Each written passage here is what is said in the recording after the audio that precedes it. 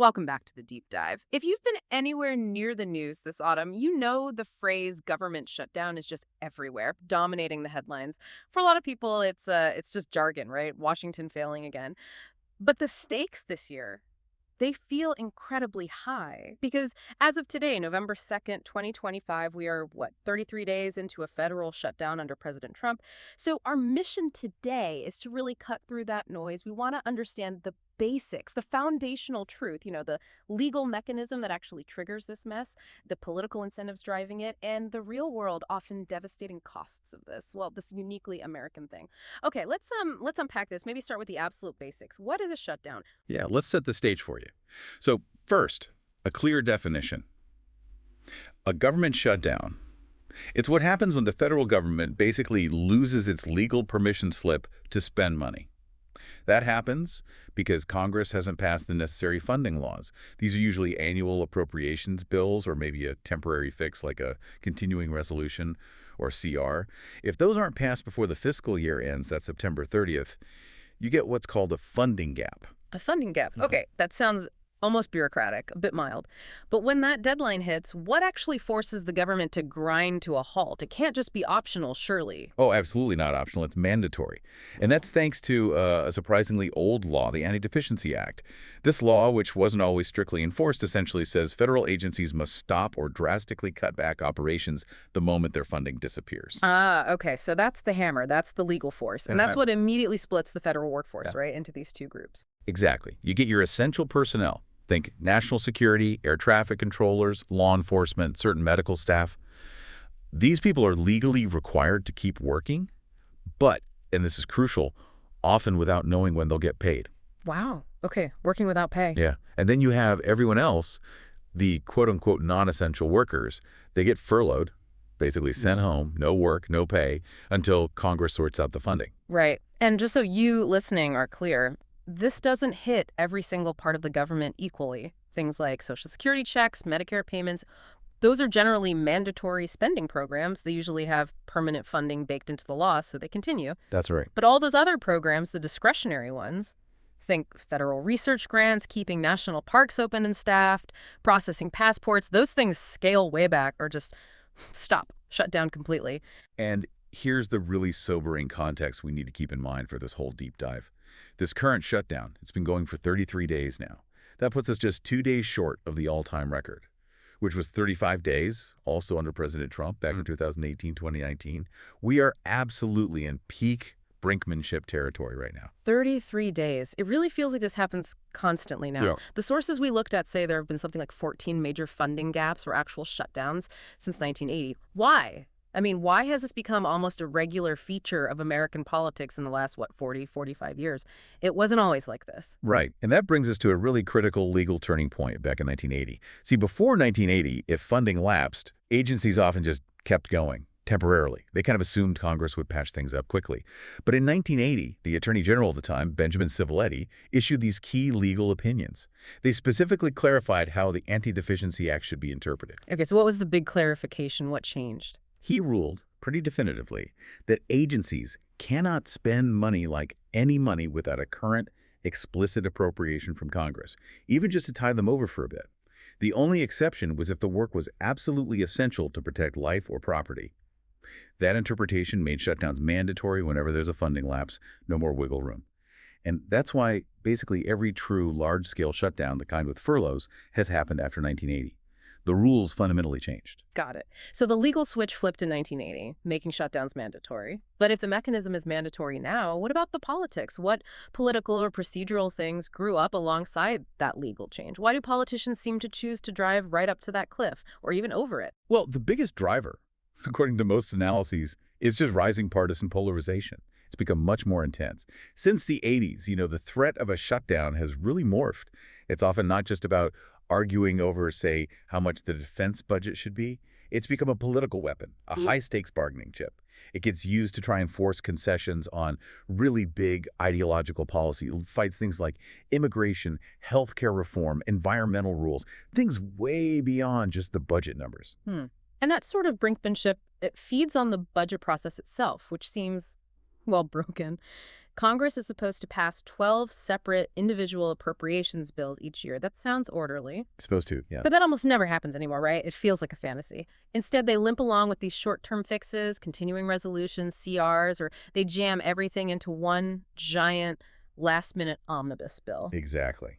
This whole pattern of governing by crisis, it makes the threat of a shutdown feel less like a failure and more like, well, just part of the yearly calendar in D.C. It really does. And if you connect that to the bigger picture, the structure of the U.S. system, it reveals, maybe, a serious flaw. Think about parliamentary systems. If the government there fails to pass a budget, often the government itself collapses. It might trigger new elections. There's a real immediate penalty for failure. Right, a direct consequence. But in the U.S. system, with power separated between Congress and the president, there's no automatic serious penalty for gridlock like that. The incentives can actually reward, the performance of partisanship, standing firm, fighting the good fight for your base, more than the hard, often unseen work of compromise. Which brings us right to this calculus of conflict. It seems completely counterintuitive. If the costs are so obviously high economically for services for people, what do the advocates of this brinkmanship actually think they're gaining? What's the supposed upside? Well, for the side employing the tactic, the stated goal is usually about leverage and agenda control. They believe that making a credible threat to paralyze the government gives them power. Power to force the other side to give in on these really big, deeply held policy issues.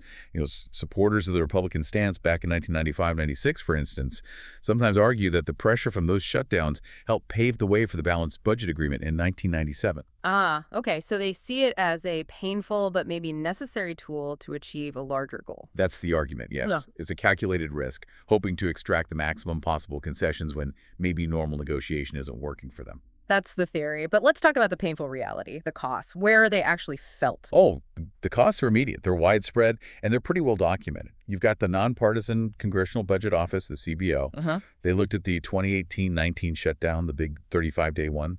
They found it caused about $11 billion in losses to the U.S. economy. And get this, $3 billion of that was just gone. Permanent economic damage, never recovered. $11 billion. Wow. And $3 billion just vanished. Vanished. And early projections for this current 2025 shutdown, Yeah. they already show it's racking up multi-billion-dollar losses too. And we're still in it. That CBO number is just staggering.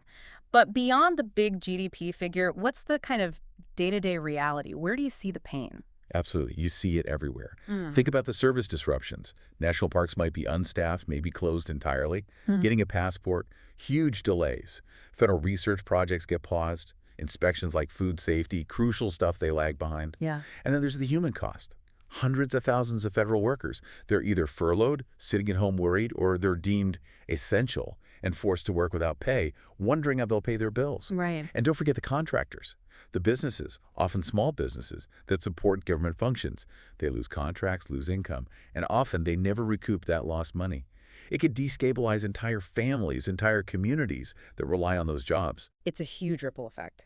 Okay, to really get our heads around this waste, this escalating conflict, maybe we should look at the pattern. Let's quickly walk through those big four major shutdowns in recent history, see how the arguments and maybe the stakes have changed. Good idea. Let's start back in the Clinton era, 1995, 1996. That involved two separate shutdowns, adding up to 26 days. The core dispute then, it was mostly about the size and shape of the federal budget. Big arguments over Medicare spending and this broader push for deficit reduction. It was President Clinton, a Democrat, versus the newly Republican-controlled Congress led by Speaker Newt Gingrich. A classic budget battle, really. Okay, a fiscal fight. Then fast forward to the Obama-era shutdown in 2013. That one lasted 16 days. What was the core issue there?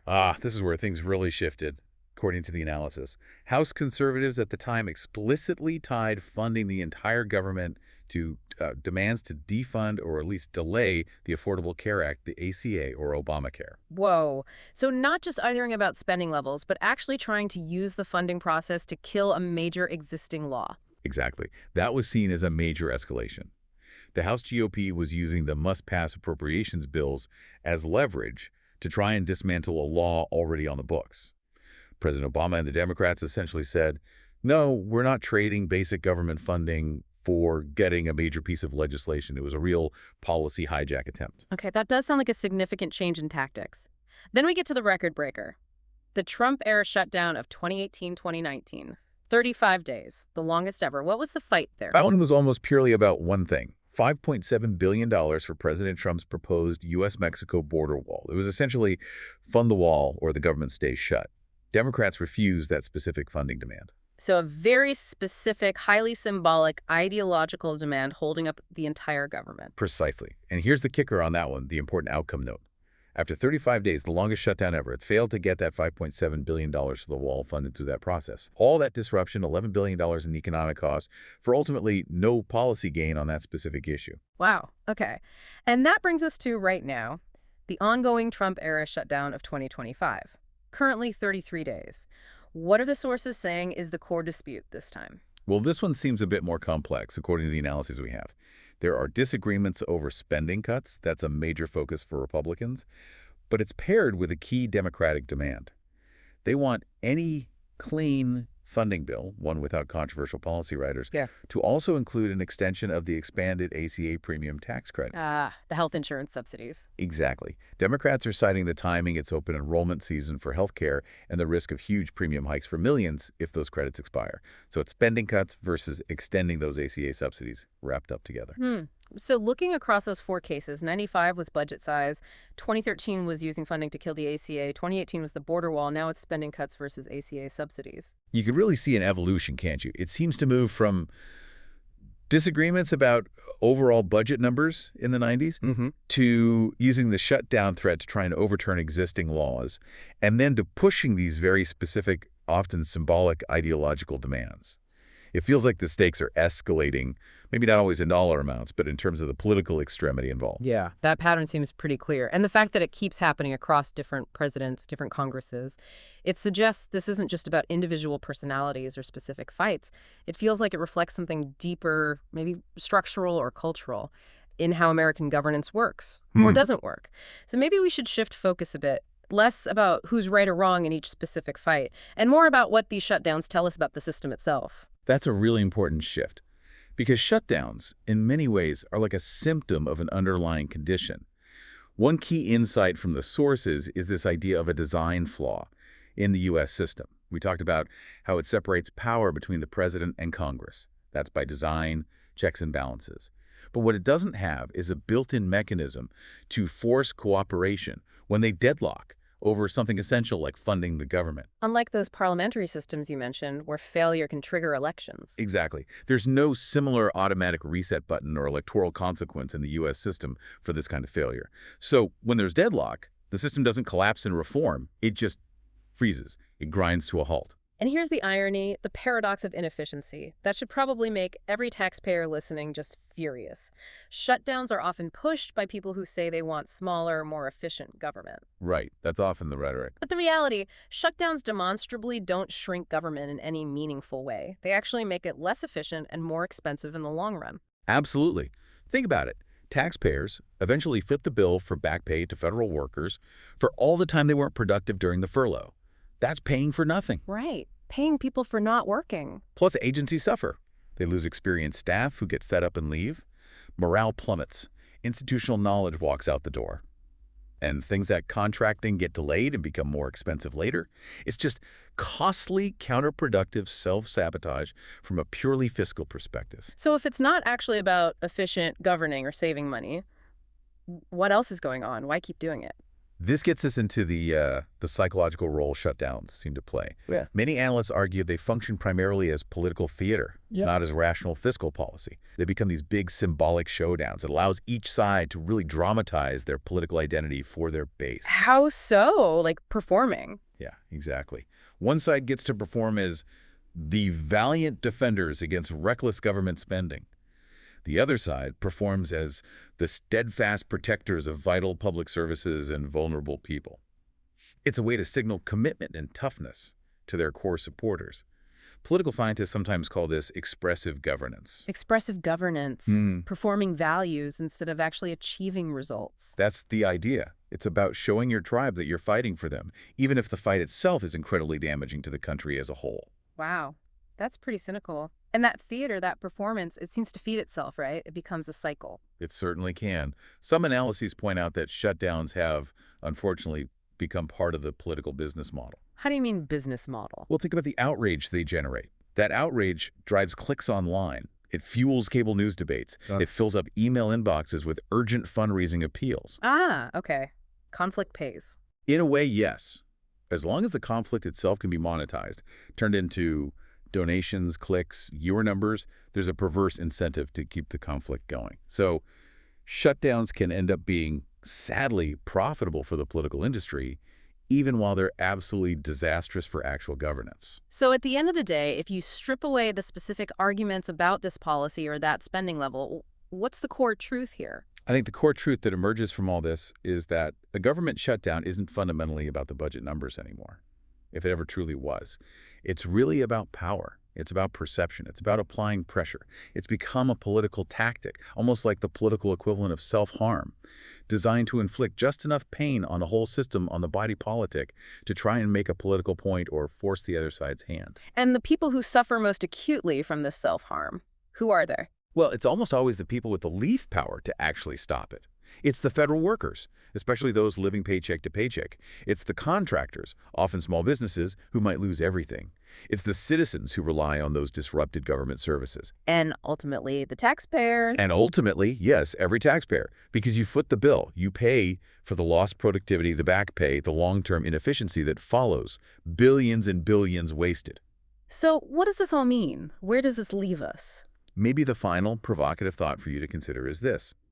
Shutdowns are like the fever, the visible symptom of a much deeper, maybe invisible disease. And that disease, perhaps it's the collapse of a sense of shared purpose in American politics. Shutdowns show what happens when the political culture shifts from viewing governing as a shared responsibility, a stewardship, to viewing it primarily as a zero-sum game, a sport aimed solely at defeating the other side, whatever the cost. Yeah. Until that fundamental culture, that orientation towards governing, changes. Well, these cycles of self-inflicted harm seem likely to continue. A collapse of shared purpose. That's a powerful and frankly quite sobering thought to end on. We definitely recommend you, our listeners, maybe explore that concept of expressive governance further and think about those structural issues a system designed for conflict, perhaps without sufficient consequences for failing to cooperate. That was a deep dive into the very high costs of American gridlock. Thanks for joining us.